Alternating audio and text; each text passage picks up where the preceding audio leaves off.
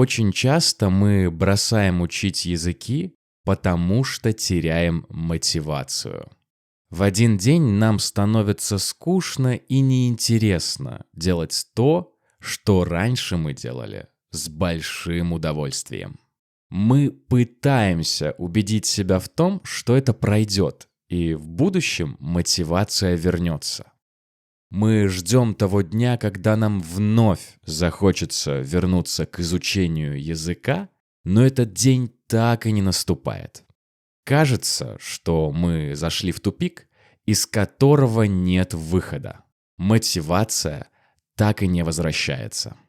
Думаю, любому человеку, который хоть раз в своей жизни учил иностранный язык, знакома эта ситуация.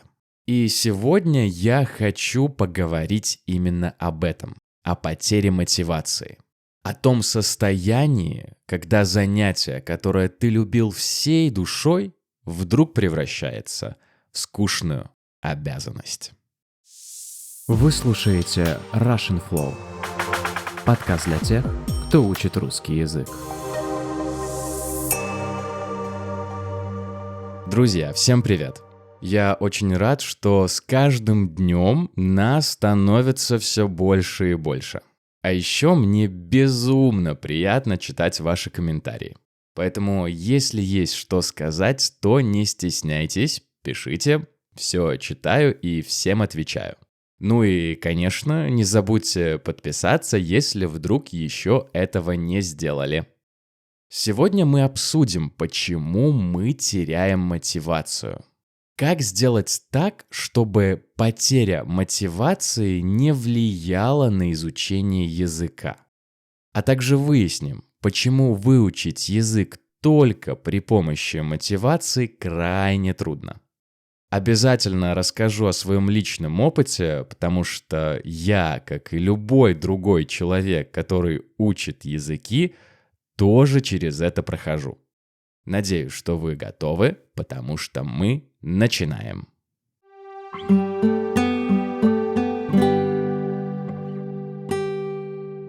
Если вы смотрели великолепный советский мультфильм «Простоквашино», то наверняка помните, как один из героев, дядя Федор, однажды сказал: «Чтобы продать что-нибудь ненужное, надо сначала купить что-нибудь ненужное».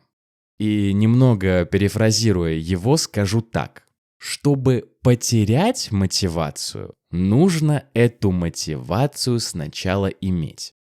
Вспомните, когда вы только начинали учить русский язык, какое чувство эйфории, какое чувство удовольствия вы испытывали от первых уроков. Первое правильно сказанное слово, первое правильно построенное предложение, возможно, даже первый разговор с носителем. Прогресс был очень заметен как баскетболист на детской площадке. И вот вам хочется продолжать дальше и дальше. Казалось, что так будет всегда. Но вот прошло несколько месяцев, может даже лет, и вдруг чувство эйфории угасло. Прогресс стал менее заметен, и появилось ощущение, что стоишь на одном и том же месте. Но почему так происходит? Почему мы не можем испытывать то же удовольствие от изучения языка, как в первые дни? Для меня, да я думаю, что и для многих из вас, так происходит, потому что мы постепенно теряем чувство новизны. А как известно, именно оно доставляет нам больше всего удовольствия. В самые первые дни изучения языка каждое новое слово было для нас настоящим открытием. Каждая грамматическая конструкция казалась чем-то непонятным, таким, знаете, интересным шифром, который надо было разгадать. Мы впервые слушали речь носителей, и каждое понятое предложение было для нас огромным успехом. Но со временем это чувство новизны стало притупляться. Когда какое-то чувство притупляется, оно становится менее сильным и ярким. Притупляться значит становиться тупым, менее острым. Когда мы говорим, что чувства обострились, то здесь уже наоборот. Мы имеем в виду, что они стали более сильными и заметными. В нашем случае чувство новизны становится менее ярким, поэтому исчезает тот азарт, тот интерес, который у нас был в самом начале. Наступает период так называемого intermediate plateau. Мы уже выучили базовую грамматику, знаем 1000 слов, и какие-то новые выражения встречаются нам довольно редко. И здесь проблема в том, что мы часто путаем прогресс с новизной. Нам кажется, что если мы перестали испытывать восторг от каждого нового урока, от каждого нового слова, значит, мы перестали развиваться. Но это не так. Просто развитие стало менее заметным. Но есть и вторая, более важная причина, почему мы теряем мотивацию. Мы превращаем изучение языка в рутину. И здесь важная ремарка. Для некоторых людей эта рутина становится верным другом. Ну а для других людей самым настоящим врагом. Да, все мы очень разные, но для большинства людей выполнять одни и те же действия на протяжении долгого времени очень тяжело, особенно если они не доставляют им удовольствия. Знаете, некоторые сравнивают изучение языка с точными науками. Математикой, физикой, химией.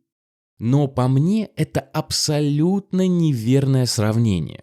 Мы не можем запомнить 1000 формул, да, как в математике, и выучить язык как логический конструкт. То есть я считаю, что выучить любой язык механически просто невозможно. Язык требует эмоций, интереса, уж простите, влюбленности.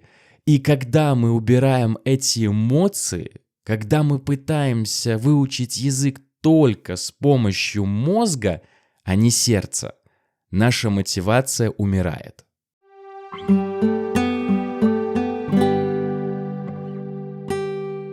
Ну а теперь, как обычно, я хочу немного рассказать о себе и о своих периодах потери мотивации. Я, как и любой другой нормальный человек, иногда теряю мотивацию. Причем это происходит не только с изучением языков, но и в других областях, в других ситуациях. Тренировки в тренажерном зале, работа, ну или даже запись подкастов, где угодно. И со временем я научился с этим жить. Я просто смирился с тем, что моя мотивация будет колебаться. То есть она не всегда будет на одном и том же высоком уровне. Если честно, то я теряю мотивацию даже чаще, чем мне бы того хотелось. Допустим, я ставлю перед собой задачу. 3 месяца активно слушать подкаст на испанском языке каждый день. И под активным прослушиванием я понимаю не только сам процесс слушания, да, но и параллельное чтение с транскрипцией, разбор сложных слов, создание карточек для словаря, ну и так далее. И вот первую неделю я делаю все, как планировал. У меня хорошее настроение, моя мотивация очень высокая, все получается, все классно. Но вот наступает день, когда у меня нет сил не то, чтобы активно послушать подкаст, а просто разблокировать телефон. Я пропускаю урок, отдыхаю, ну и планирую вернуться к своей задаче через пару дней. Но вот проходит время, и я понимаю, что желания слушать, желания разбирать подкаст у меня просто нет.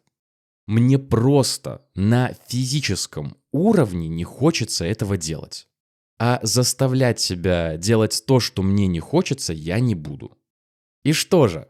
Значит ли это то, что я разлюбил испанский? Может быть, я просто лентяй? Что вообще все это значит? Ведь всего несколько недель назад было все так здорово. И для меня ответ на этот вопрос очень простой. В данный период моей жизни эта задача не является для меня приоритетной. Приоритетной значит главной, основной. Я не хочу уделять этой задаче столько же времени и сил, как это было до этого. И мой организм, мой мозг и даже мое тело просто противятся этому. Ну окей, и что же в таком случае делать? Знаете, раньше я бы ответил, что в первую очередь важна дисциплина и что нужно продолжать что-то делать, даже если ты этого не хочешь. Но несколько лет назад я осознал, что такой подход в моей жизни – это просто путь в никуда.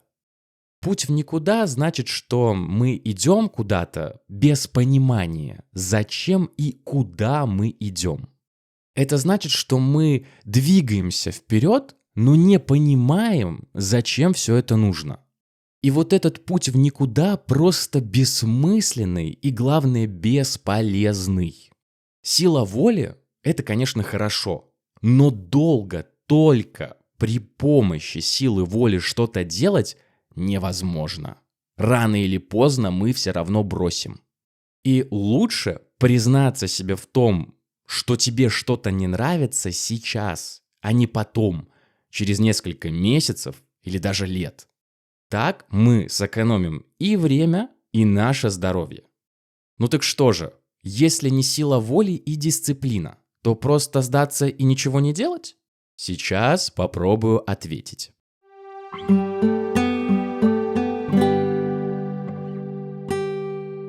Возвращаясь, к примеру, с испанским языком и задачкой по активному прослушиванию подкастов.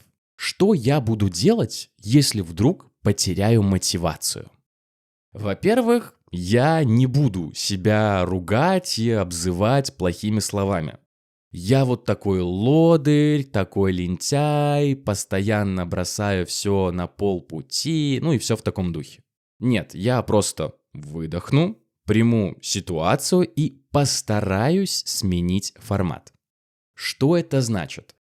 А это значит, что в тот день, когда я не захочу активно работать с подкастом, я просто включу сериал или фильм и сделаю процесс изучения языка развлечением. То есть я постараюсь сделать свою как бы работу отдыхом. Либо же я просто включу видео на YouTube, которое уже смотрел несколько раз, и посмотрю его еще раз.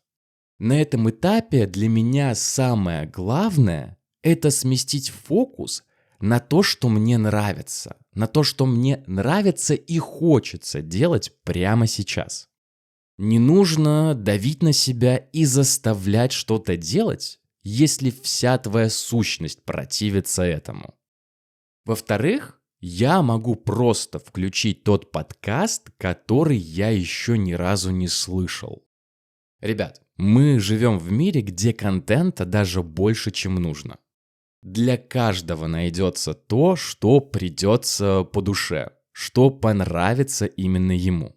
Поэтому, если вы вдруг чувствуете, что заставляете себя что-то слушать или смотреть, то тут же, в эту же секунду ставьте эпизод на паузу и ищите то, что вам нравится. Не факт, что вы найдете свой материал в тот же день, но кто не рискует, тот не пьет шампанское. Надеюсь, что вы продолжили слушать этот эпизод, потому что у меня есть еще один отличный пример. Когда-то давно мне очень нравился подкаст по изучению английского языка Lux English Podcast. Но в какой-то момент в моей жизни его стало так много, что мне стало просто физически сложно его слушать. Так сладок мед, что наконец он горький. Избыток вкуса убивает вкус. Так произошло именно со мной. И вот вместо того, чтобы заставлять себя слушать то, что мне не нравится, я пошел искать другие подкасты. И нашел. Не сразу, но нашел. И через время, когда моя коллекция подкастов стала больше, я вернулся к Люку и с большим удовольствием послушал несколько эпизодов. Все это я веду к тому, что не бойтесь пробовать, не бойтесь экспериментировать. Новое не всегда лучше старого, но эта новизна позволит вам отвлечься, позволит вам отдохнуть от привычного материала. В общем, не дайте себе заскучать. Ну и в-третьих, если вы устали от языка, то разрешите себе сделать паузу. Я знаю по себе, что сделать это невероятно трудно. Трудно из-за страха, что многое забудется. Трудно потому, что мы всегда хотим расти и становиться лучше. Трудно потому, что не хочется чувствовать себя неудачником, который сдался, который не дошел до цели и так далее. Но позвольте сказать вот что. Иногда наша мотивация пропадает не потому, что мы ленимся, а потому, что мы просто устали. Всем нам без исключения нужен отдых. Поэтому разрешите себе недельку, а лучше 2, вообще ничего не делать. Без чувства вины, без чувства, что вы сдались, просто отдохните. И я вам гарантирую, я вам обещаю, что после этой паузы вы будете чувствовать себя гораздо лучше. И ваша мотивация обязательно вернется.